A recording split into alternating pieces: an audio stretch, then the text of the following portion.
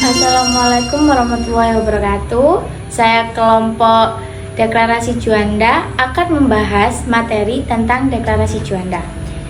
Di sini izinkan saya perkenalkan diri terlebih dahulu. Nama saya Christine Faulati Farzan, absen 15 dari 12 IPS 3. Baik, kita langsung ke materinya ya kawan-kawan. Sejarah terbentuknya Deklarasi Juanda sendiri dicetus oleh Insinyur Juanda, Menteri Perhubungan Indonesia di tahun 1957. Deklarasi ini sendiri bertujuan untuk menegaskan bahwa wilayah laut Indonesia termasuk ke dalam perairan antara pulau suatu kewilayahan. Oleh karena itu, dibutuhkan peraturan untuk melindungi pembukaan jalan untuk melawan TZMKO dan usaha untuk mendapatkan pengakuan internasional di tahun 1939. Mungkin sekian dari penjelasan saya. Nanti penjelasan selanjutnya akan dibahas oleh rekan saya. Terima kasih. Halo, kembali lagi dalam pembahasan Deklarasi Juanda. Apa sih peran Indonesia dalam Deklarasi Juanda itu? Sebelumnya, perkenalkan, saya Fadiatul Irtifaiyah, absen 10. Lanjut ke materi ya. Pada tahun 1957, Deklarasi Juanda ditolak oleh beberapa negara. Hal ini disebabkan oleh dunia yang kehilangan kekuasaan perdagangan internasional, dan deklarasi ini menunjukkan itikad Indonesia untuk mewujudkan pelayaran yang damai, legal di lautan, untuk menghindari konflik, dan pada akhirnya deklarasi ini diterima oleh dunia pada tahun 1982. Dan Deklarasi Juanda menetapkan Konvensi Hukum Laut yang ketiga. Deklarasi ini berperan untuk mewujudkan konvensi hukum laut yang disepakati dunia dan memberikan ketegasan dalam urusan laut yang penting bagi Indonesia. Mungkin segitu dulu ya penjelasan tentang peran Indonesia dalam Deklarasi Juanda. Untuk pembahasan selanjutnya, latar belakang dan pengertian akan dijelaskan di video berikutnya.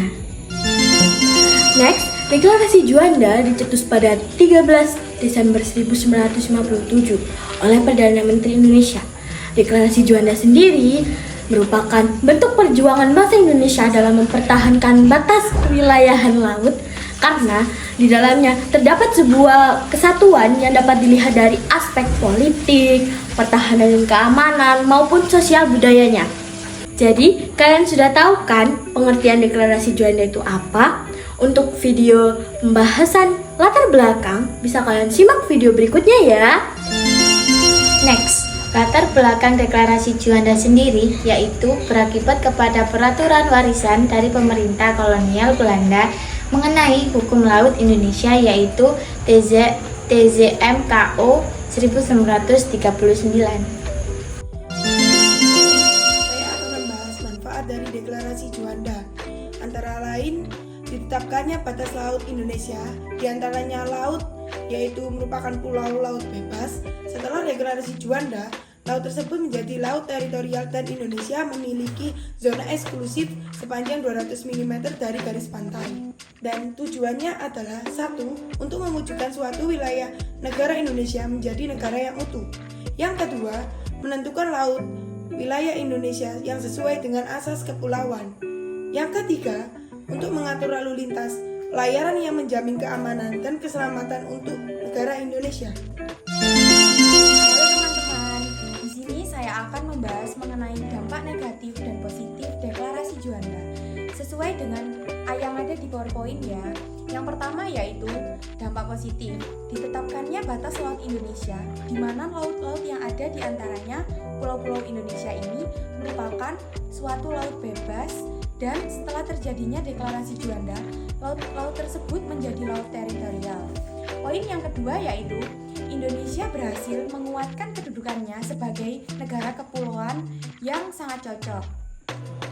Oke, dilanjut ya dampak negatif sesuai PPT yang ada di atas. Yang pertama yaitu melanggar aturan batas perairan Indonesia yang dibuat oleh pemerintah Hindia Belanda, yakni Territorial Zone Maritim Keringen, Ordonanti pada tahun 1939. Oke, poin yang kedua yaitu pulau-pulau yang berada di wilayah Nusantara dipisahkan oleh laut di sekitarnya, dan di setiap pulau hanya mempunyai laut yang berada di sekelilingnya sejauh 3 mil garis pantai. Video selanjutnya mengenai isi deklarasi Juanda akan dijelaskan oleh rekan saya. Halo teman-teman, di sini saya akan melanjutkan pembahasan materi terakhir dari deklarasi Juanda. Apa sih isi dari deklarasi Juanda itu? Isi deklarasi Juanda sendiri dapat diringkas sebagai berikut. Poin yang pertama, Indonesia menyatakan sebagai negara kepulauan yang mempunyai corak tersendiri. Poin yang kedua, sejak dulu kala, Kepulauan Nusantara sudah merupakan satu kesatuan.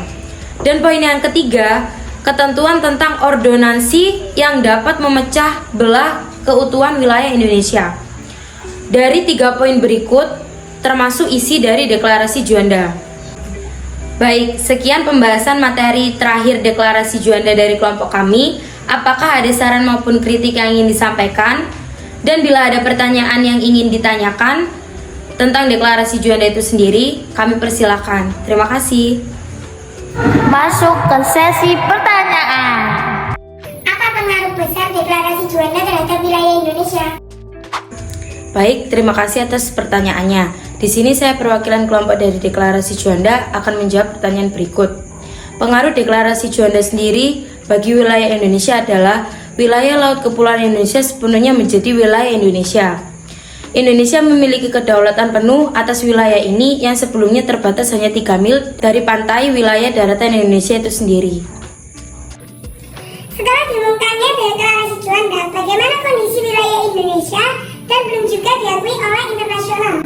Baik, terima kasih atas pertanyaannya. Saya dari perwakilan kelompok deklarasi Juanda akan menjawab pertanyaan berikut. Dengan diresmikannya deklarasi Juanda dalam Undang-Undang Nomor 4 pada tahun 1960 tentang perairan Indonesia, wilayah Republik Indonesia menjadi 2,5 kali lipat menjadi 5.193.250 km persegi tentang pengecualian Irian Jaya yang saat itu belum diatur secara internasional. Jadi wilayah yang belum diakui oleh Indonesia pada saat deklarasi Juanda adalah wilayah Irian Jaya. Baik, saya selaku perwakilan dari kelompok deklarasi Juanda, terima kasih atas kesempatan yang telah diberikan kepada kelompok kami. Kurang lebihnya mohon maaf. Wassalamualaikum warahmatullahi wabarakatuh.